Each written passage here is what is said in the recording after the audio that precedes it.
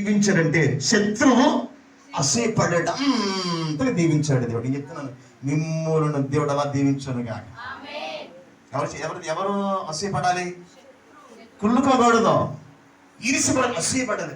అసలు వాళ్ళు ఏంటంటే అలా వచ్చేస్తున్నారు, నాగని అంతరి కట్టేశాడు, నిన్నగా మన ఎలా ఉన్నాడు, స్తోత్రం కదా.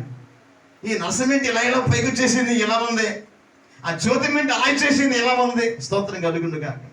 నీ శత్రు అసూయపడేటంత దేవుడు నేను దీవిస్తాడు. ఇప్పుడు చెప్పనా, ఎప్పుడు ఆయన మాట నీవు విన్నప్పుడు. అబ్రహాం విన్నాడు, నీతిగా ఎంచబడ్డాడు. అబ్రహామును దేవుడు పిలిచాడు, అబ్రహాం దేవుడు నమ్మాడు, అది అంత నీతిగా ఎంచబడింది, గొప్పడైపోయాడు.